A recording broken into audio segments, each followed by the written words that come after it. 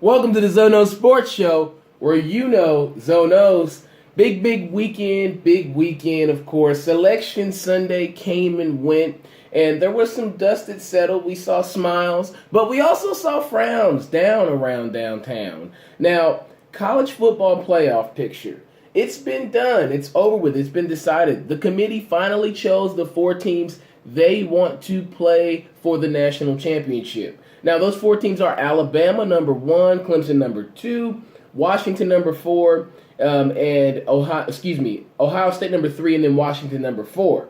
Now, Alabama, start with them. Of course, they're going to be the number one team. They're definitely the creme de la creme on this menu thus far at this point of the season. Granted, it's the conclusion, and they've shown that they can endure the tough games. That's why they're 13-0. Blew out Florida 53-14 on Saturday. Now, how do you snare a Gator? A pick six and also a block punt in the first half. Now, Alabama's made their living the entire year on special teams, making plays to increase their points, not on offense, but on defense and special teams. So they're essentially scoring from three different units.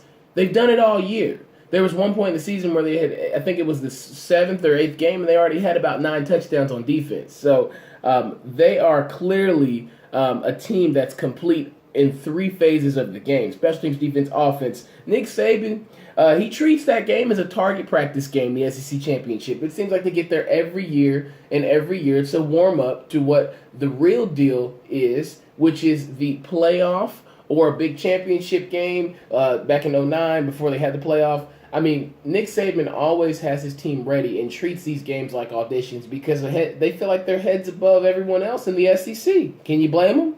Now, who are they playing? Their matchup is against Washington. Now, in my opinion, Washington is the best kept secret in the history of good teams in the college football playoff history. Now, the reason I say that, defense, they're going to clap back. Now, defense, they've got a guy, Buda Baker, and he's no super chef, okay? He's the real deal back there in the secondary. And I think he's someone who's got to really put pressure on Jalen Hurts because Jalen Hurts, he'll run the read option, but he will air it out over your head. And so Buda Baker, being a disciplined safety, I think he's someone who can really work the freshman because he's been there for quite some time. He's a veteran player.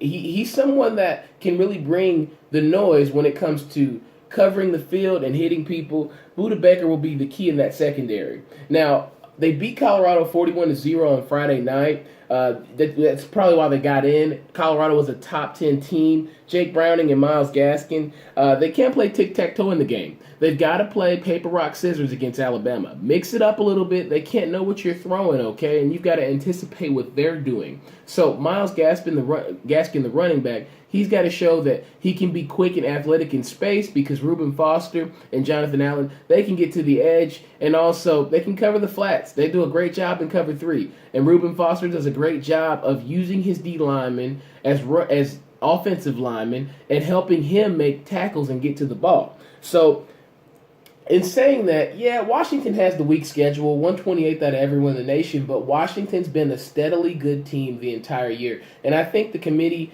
that's what they wanted. They wanted teams who have shown that they've done it for the entire year, an established resume. Now, the X factor in this, Chris Peterson. Now, I remember a Statue of Liberty in a certain fiesta at Boise State. Yeah, when they beat Oklahoma. Mr. Peterson, Coach Peterson, is a phenomenal play caller, and he can match Nick Saban wit for wit. Now, I predicted in this game they're pulling out all knick-knack paddywhacks against Nick Saban, okay? They will run trick plays. You'll see misdirections. You'll even see wrinkles on defense, a few robber coverages. But you'll see a lot of creativity from Washington because, frankly, yes, they have a good defense, but I don't think they can hold this Alabama team under 30 points. So they'll have to come out and score. Jake Browning's got to come out slaying that thing. He's got to get it to Pettis, and Pettis have to maybe return some punts on special teams. So Washington they have a chance to compete with Alabama, but I don't think it'll be through a defensive game. Even though I think their defense will play okay, and 30 points may seem like a lot, but just considering how much Alabama scored on people this year, if they can hold them under 30 points and score at least the high 20s, 30-ish, and keep them around that 25 to 30 point range, they can maybe win the game. Now, Clemson, they're coming in this party back to back. They've got to play Ohio State. Now, Ohio State won the first playoff. You remember with Zeke Elliott busting through the line, through Alabama's line, running for those long touchdowns, and then they beat Oregon in the championship.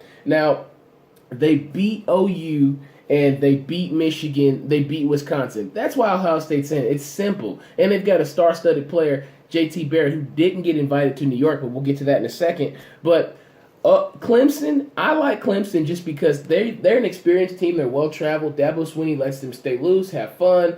Of course, they'll get picked. They won their conference. They were good the entire year. Only lost to Pittsburgh, but Pittsburgh, they beat the Big Ten champion Penn State. We'll get to that in a moment as well. But Oklahoma, they knows Ohio State's defense is not basic. So I'm looking forward and anxious to see the matchup between Deshaun Watson, his arm, versus that Ohio State defense, okay? Because they're not vanilla. They're more like a chocolate, Rocky Road, Neapolitan type flavor. They've got a lot of different things they'll throw at you. Can J.T. Barrett outduel Deshaun Watson?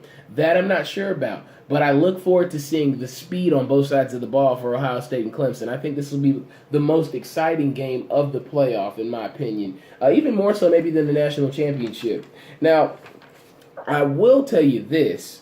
I do think there are some teams that maybe feel a little bad that they didn't get in. However, who got left out of this man cave? Now, we'll start with the obvious pick. Cry me a river. Penn State. James Franklin. Now, this guy, yeah, he won the Big Ten. He's safe for 3 years. He needed that. Now, the reason I say he's safe for 3 years, championship after the Joe Pa stuff and Sandusky, I don't have to mention what happened with Sandusky. Terrible, terrible, terrible. But the fact that he was able to win a championship this soon after all of that, I think it was within 5 years they got a champion. I don't think Penn State even saw themselves after that death penalty winning a championship in 5 years.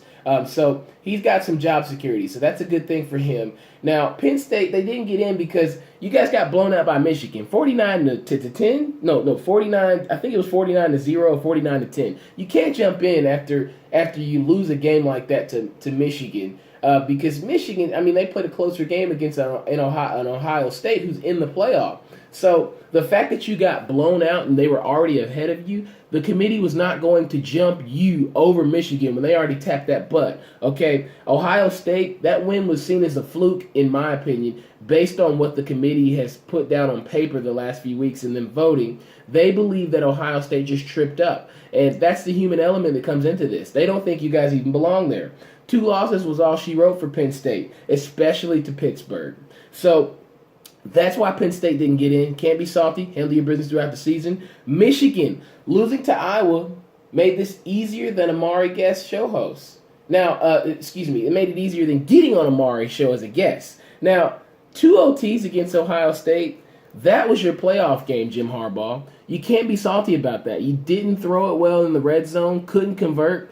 That was seen as a playoff game by the committee. That was a deciding game to determine who from the Big Ten would get in, because I think they knew Ohio State and Michigan would not make the conference championship because Penn State had Michigan State on last weekend, but they had to make a decision. So that's what they did. Now, also, Michigan, Coach Harbaugh, you need to know your role and shut your mouth. You just got back in college football. This isn't Stanford. This is Michigan. It's your alma mater. I get that. However, maybe you should be a little bit more humble next year. You might get some more calls. You might even get some more recruits, because I think recruits' parents are maybe watching you and saying, do I really want my kid playing for this guy? You know, considering what the Niners said about this guy. So be careful, Jim Harbaugh. You just got Rashawn Gary. Keep it moving. And then Oklahoma, they play less defense in the Big 12 than a Sixers game.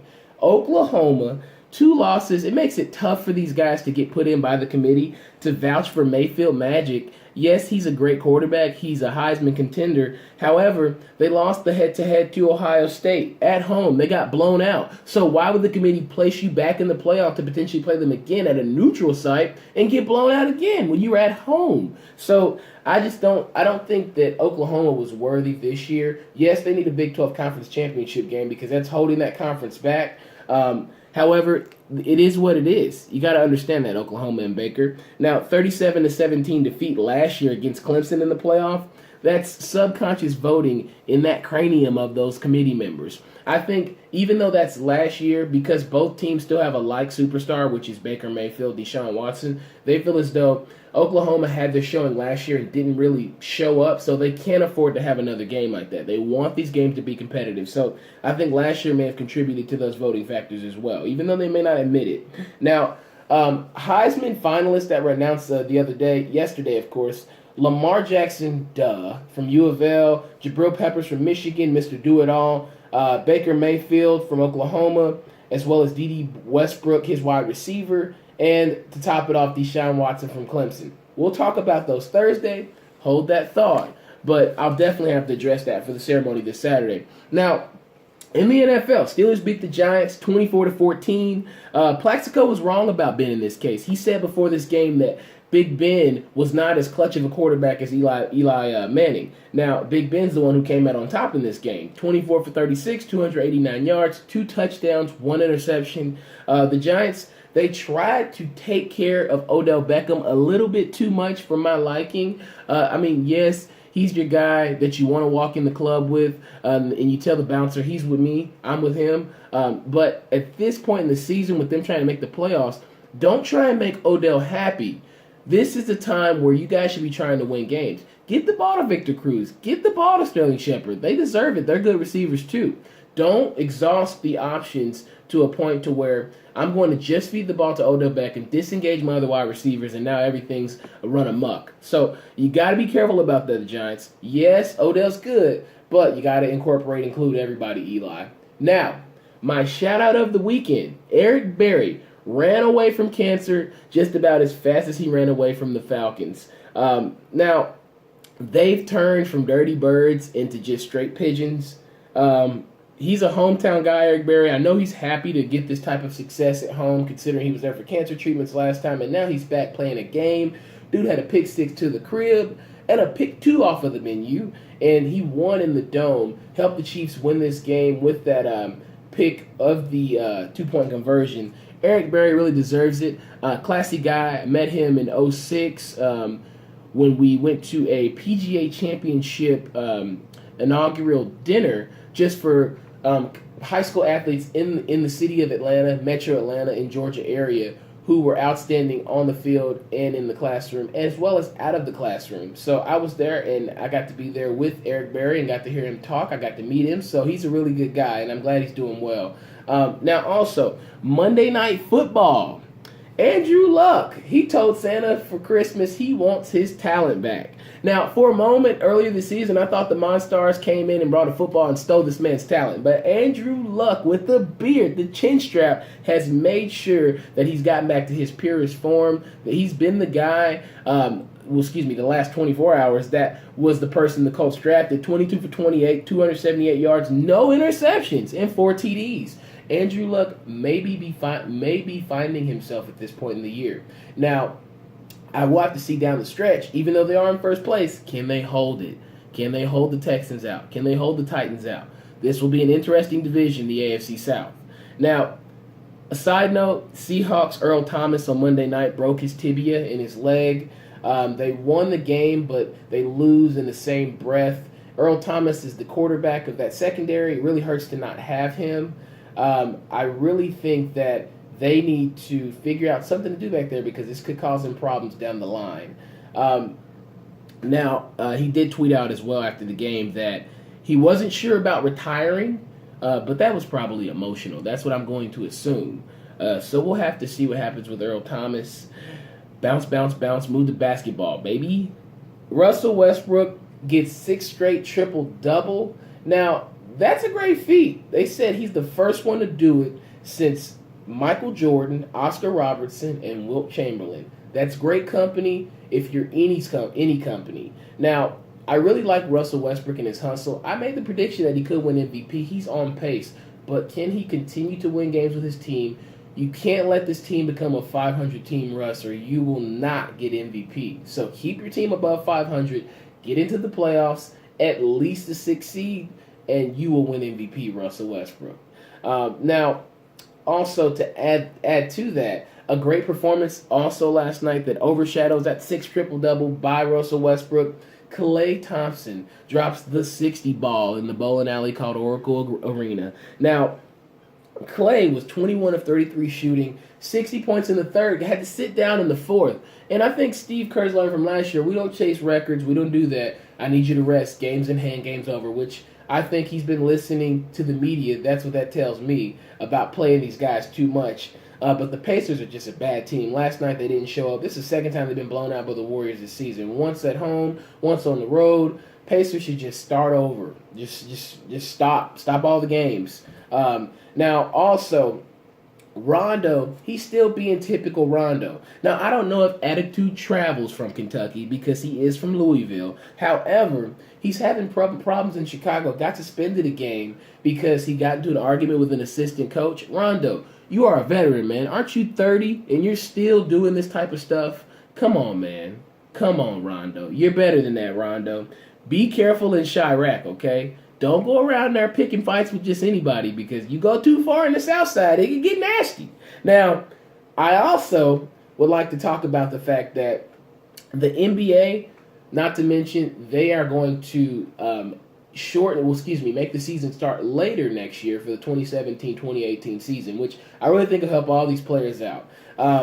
But what I'd like to touch on, lastly, make sure that you guys are doing something for Christmas, some type of community service. I know I have to. Zoe Knows will be out and about. And next show, make sure you tune in because we'll get into some of that Heisman talk and some other things among that sort.